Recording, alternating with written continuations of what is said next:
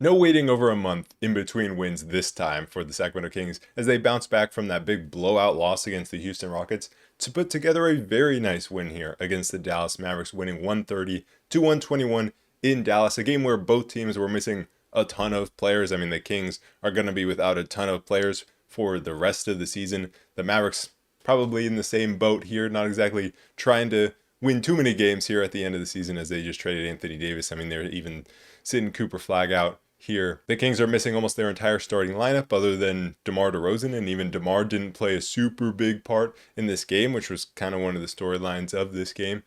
But it was a very nice victory for the Kings because it was almost a wire-to-wire victory. It got a little close in the end after the Kings had a double-digit lead and had a pretty big lead in the fourth quarter at one point. They were close to blowing it, but they were able to pull through, and they pulled through on the back of their young players, and I think that's what made this game very entertaining, is it wasn't on the back of a whole bunch of veterans. And even DeMar DeRozan playing in this game, he only played 25 minutes and he attempted 3 shots. So he very much took a back seat to the young guys. Even when he came into this game with 3 minutes left, when the Kings offense was kind of struggling, I was a little bit worried that when he was coming back into the game that he was maybe going to take away from some of the guys' opportunity of the guys who got the Kings to that point.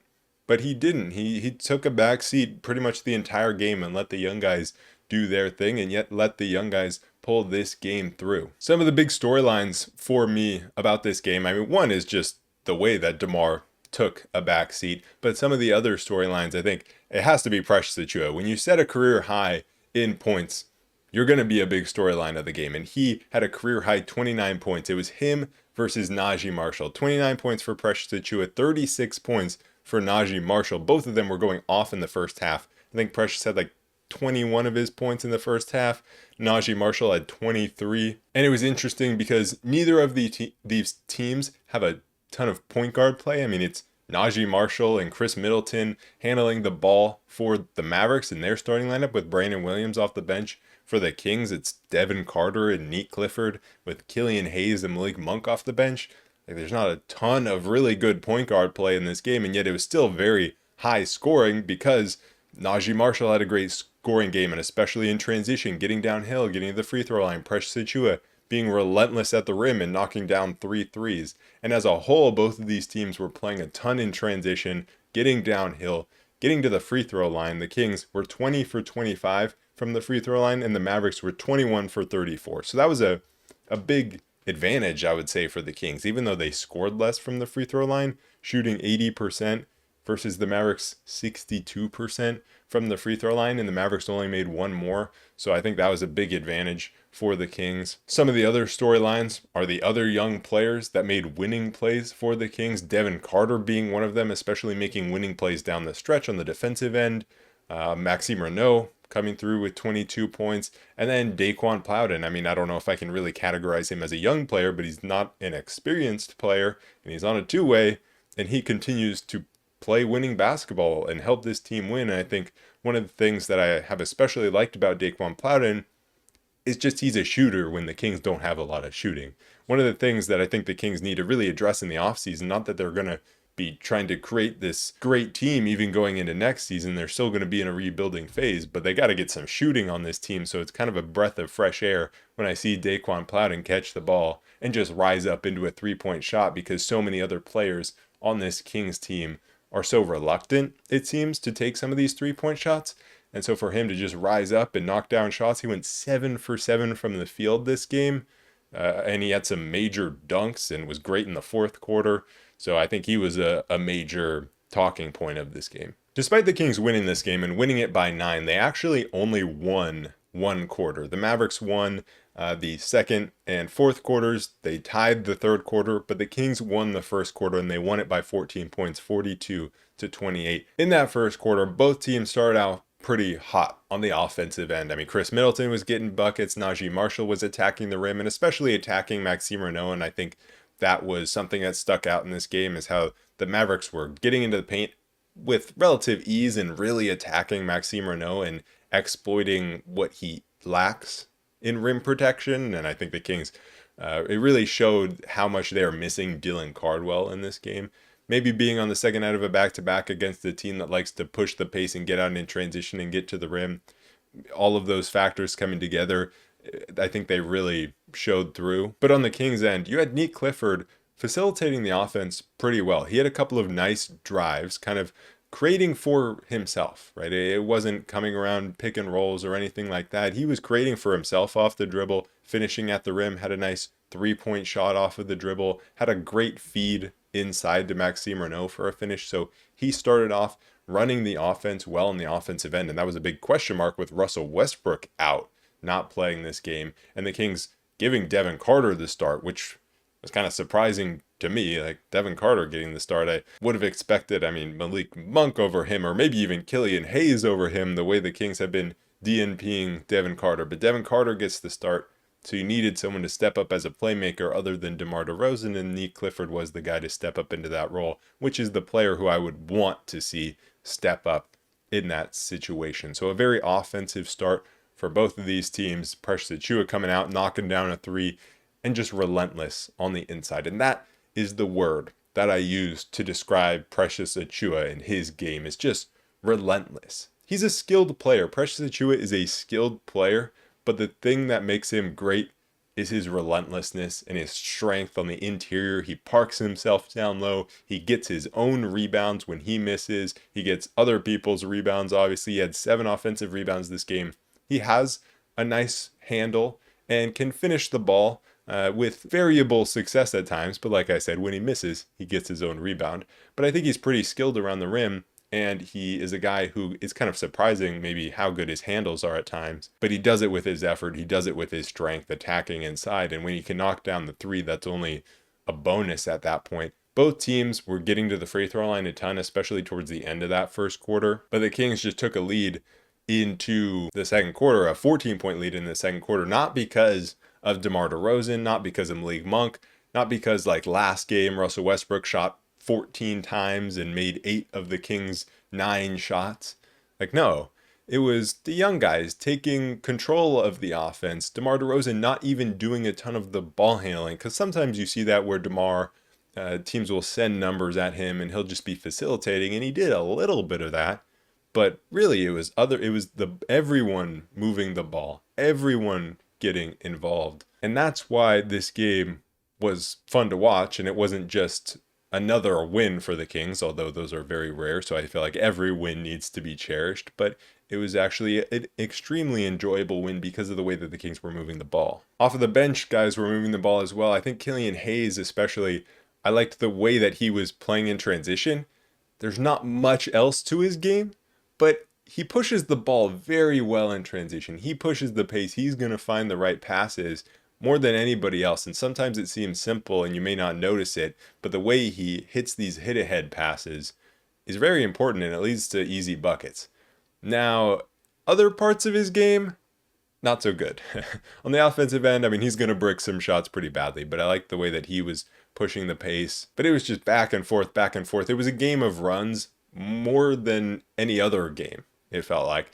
Sure, every game in the NBA, they're all game of runs, but there were so many close to like 10-0 runs in this game, double-digit runs. And I think a lot of that had to do because of how focused the game was in transition. One team would get out in transition and then score, and if you forced the other team into half-court possessions, then they were going to struggle. And that's what the Kings were doing in the first half that led them to get out to a win, is they were the ones that were getting out in transition at times, and they were forcing turnovers from the Mavericks and exploiting the Mavericks' lack of point guard play more than the Mavericks were exploiting the Kings' lack of ball handling.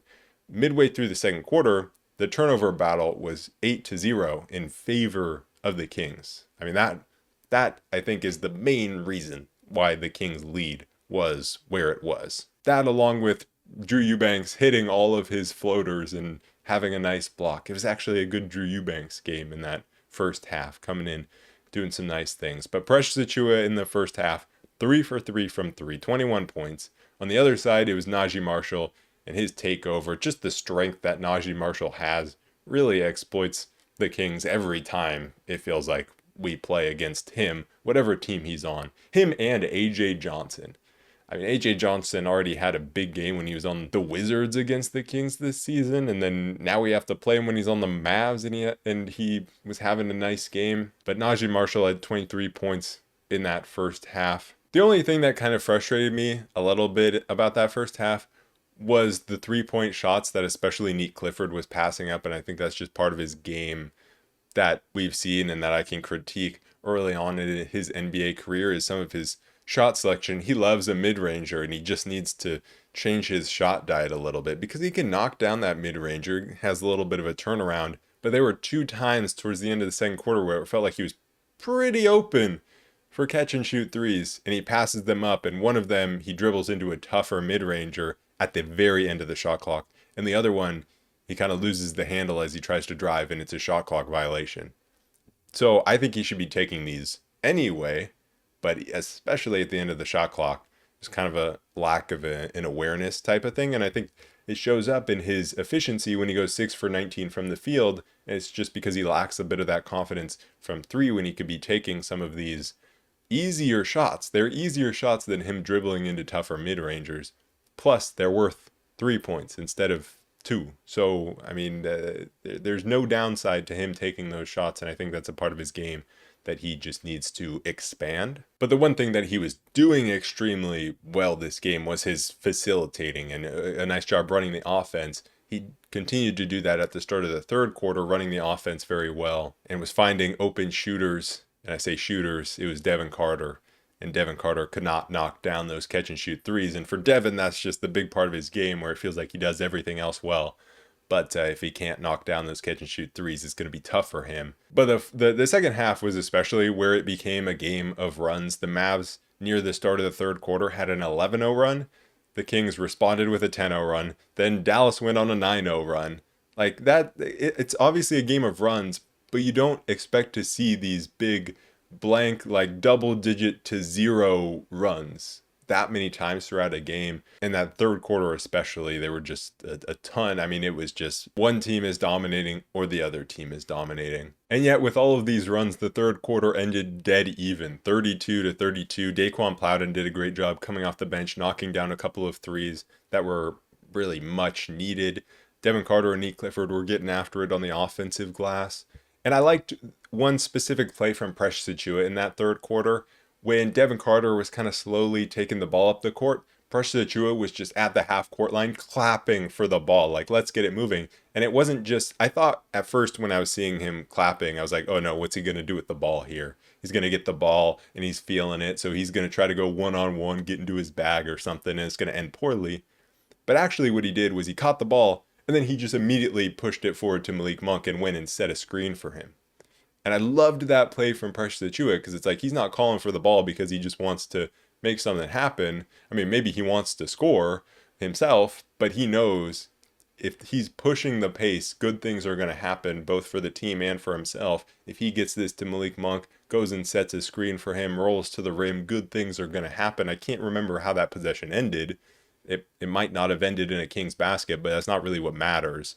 I liked the mentality of Precious Achiuwa of wanting to push the ball when Devin Carter was kind of just taking too long. This was a game where the Kings needed to continue to push the pace because their half-court offense wasn't going to be great, although it was better than expected. On the second night of a back-to-back, sometimes you can get a little lazy, but that was not going to be Precious Achiuwa's game. He was feeling it. He wanted to push the pace. The fourth quarter was very interesting because the Kings came into the fourth quarter with a lead, a pretty sizable lead. It was a 12-point lead to be exact.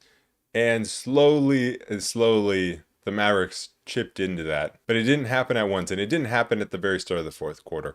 At the start of the fourth quarter, I mean, the Mavs, they were scoring at will. Brandon Williams especially was attacking Maxime Renaud in the pick and roll, and that was a big flaw to Renaud's game in this one, was him just getting exploited in that pick and roll or in transition every single time. The Mavs were targeting him hard, and that's where he needs to improve. I mean, he was great on the offensive end, scoring 22 points, but he can't get targeted like that on the defensive end. That's why he didn't end the game. That's why you see Dylan Cardwell ending the game so much instead of Max. That's why you saw Precious Achiuwa ending this game at the 5 instead of Max.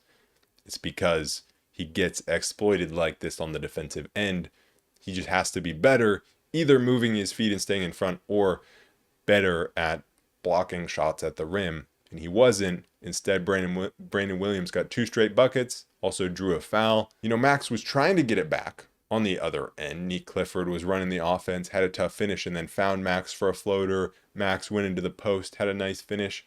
So Max is trying to get it back on the other end, but when you're just getting exploited like that defensively, it's tough to keep him in the game, I think. But the Kings were actually able to push their 12-point lead up into an 18-point lead, and then the Mavs went on a 10-0 run. Or maybe it was a 17, I think it was a 17-point lead, not an 18-point lead. But they went on a 10-0 run, got within 7, and it was really sparked by Najee Marshall getting downhill in the open court. And that was one of those moments where it was Maxime Renaud getting targeted in the open floor. Najee Marshall seeing he has this cross match and going straight at him. Chris Middleton hit a tough 3, and Chris Middleton, he definitely knocked down some shots. Although, as the game got down to the wire, when the Mavericks would try to go to Chris Middleton in the post, it didn't result in good things for the Mavericks. Like he was trying to target Devin Carter at times, and it was not happening. Devin Carter did a great job of holding his ground or getting steals. And Devin Carter was the guy who seemingly was going to break up that 10-0 run, or that big run for the Mavs. He got downhill and was able to draw a foul, but then he missed both free throws. And that was a big part of his game. He went 3 for 6 from the free throw line. He did a great job of getting to the free throw line. He's just got to be able to make those free throws a little bit more. And it was tough because he missed both of those free throws. And then AJ Johnson comes the other way immediately for a transition layup off of that second miss.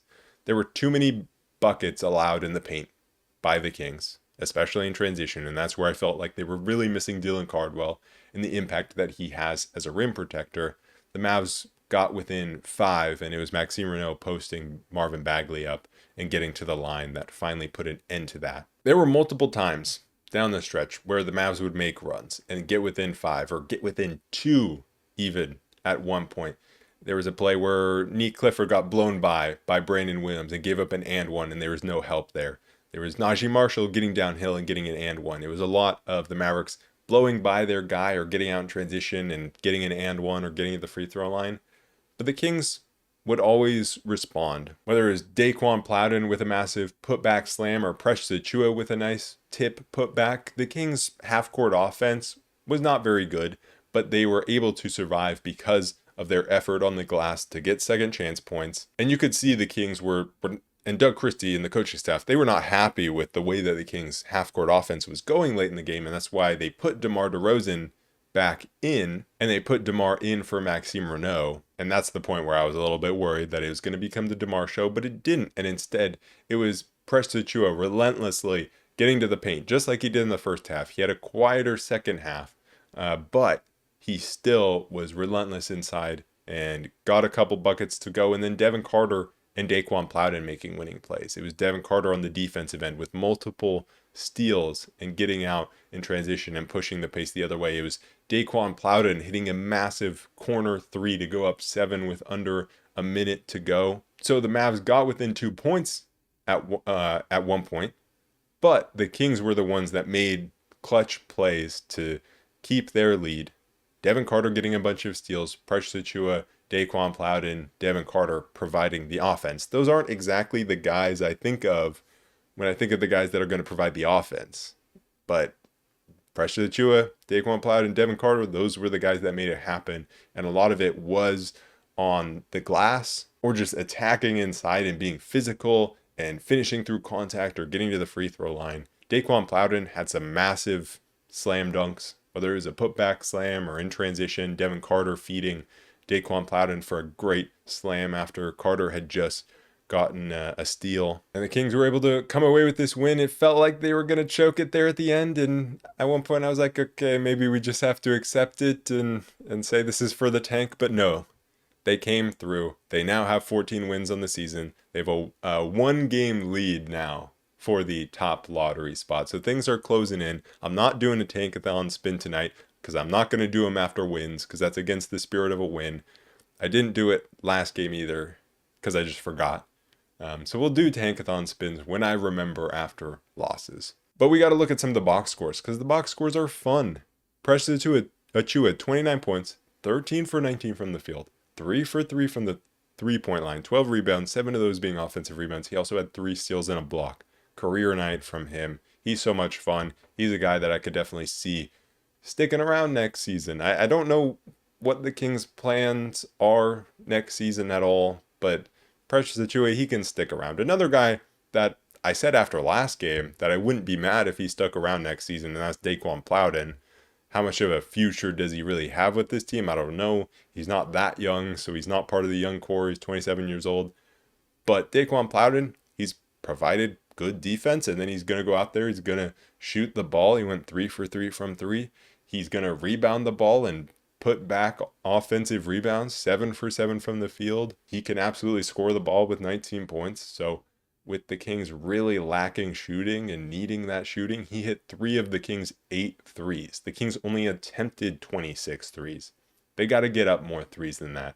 That's why Killian Hayes, it's okay that you went 1 for 5 from 3. At least you're getting them up. But I would not be mad at Daquan Plowden coming back because I think he provides something that the Kings need. Some of the other stat lines, Devin Carter, 15 points, 7 rebounds, 5 assists, 4 steals, 4 offensive rebounds for him. Made winning plays. He went 0 for 3 from 3, went 3 for 6 from the free throw line. So that shot, that jump shot, is going to be the thing that holds him back in the NBA. And it's going to be sad when he doesn't have a successful career because of it. But right now, that's what we're looking at because he made all sorts of winning plays down the stretch of this game. It's just going to be very hard to find him a real spot on a team, on a serious team, when he has that limitation. So we're hoping for a miracle this offseason with him developing a consistent three-point shot and maybe a quicker release. That's what we're hoping for. But, I mean, he was fun to watch this game, and he absolutely made winning plays, especially on the defensive end. Nick Clifford, in 39 minutes, scored 13 points on 6 for 19 from the field and 1 for 6 from 3. He started off very well, getting to the rim especially and scoring there, but also facilitating, finding Maxime Renaud for a bunch of baskets. From a scoring standpoint, though, and from an efficiency standpoint, it's just some of the hesitancy that really kills me. From 3, but also just when he catches the ball, if you're not going to shoot the 3, you don't have to pump fake every single time. And it just slows everything down. Every time I see him pump fake from 3, take a shot every time Nick Clifford pump fakes from 3, drives into the lane, and a bad thing happens, whether it's a miss or just nothing developing or him turning it over. That's the biggest thing that he needs to just get out of his game. And if he can figure that out, either knocking down the 3 a little bit more consistently or finding ways to really make an impact off the catch, then that's going to take his game to a whole nother level because he was good in pretty much every other aspect of the game, getting relatively near a triple-double, needing 2 more rebounds and 3 more assists for that. Maxime Renaud scored 22 points and was obviously good around the rim, and with his touch, that's what he can always do. It was a rough game, though, for him. Despite the 22 points, on the defensive end, he got exploited. And so that's a major worry, and that's something that he needs to improve on. DeMar, 7 points on 1 for 3 from the field is crazy. A crazy line. 5 assists you can add in. But yeah, him scoring less than Drew Eubanks is crazy, but I'm here for it. That's fine. Drew Eubanks in 10 minutes had 11 points, so shout out to him. Malik, 3 for 12 from the field, 8 points. So after a game where I said, wow, he's been so consistent, he doesn't have any bad games, he follows it up with 2 bad games. So that's my bad. I'll take that one. That's definitely on me. And then Killian Hayes, 2 for 8 from the field, 1 for 5 from 3. But he had 6 assists, and he was a good transition player. So we'll give him credit for that. Patrick Baldwin Jr. only played 6 minutes. The Kings now are looking to close their 5-game road trip with a winning record. Who would have thought that? Going into LA to play the Lakers. The Lakers just lost a game on a Royce O'Neal clutch 3. Shout out Royce O'Neal. The Kings have 2 days off between this game and the Lakers game after just playing a back-to-back. So that's nice. One of the major things that I'm going to be watching for in this game is the way that Luka Doncic or Austin Reeves or LeBron James go and attack Maxime Renaud, especially Luka Doncic and Austin Reeves, in the pick and roll, and the way they target him, and the way that Maxime Renaud holds up, and the way that the Kings in general try to combat that, because that's going to be, I think, the biggest challenge of this game, is they're going to target him. The Mavericks, without really ball handling, were able to target him. Like Brandon Williams at the start of that fourth quarter was getting buckets on Max time after time after time. So we need to see Max put up a little bit of a better fight, I think, on that end. And then will DeMar have 3 shot attempts again? And something tells me he's going to have more than 3 shot attempts. I think he's going to be like, okay, I took my back seat in that game. We got the win. Now I'm going to come out and I'm going to put up some more shots in my hometown. So I think we won't be seeing quite that level of unselfishness from DeMar coming into this game. And that's okay. We don't need him to be taking only 3 shots. Like, he could take more shots than that. It's okay. But anyways, that is it for this episode of The Roll Report. I will be back on Sunday to recap that game against the Lakers, so I will see you guys then. Peace.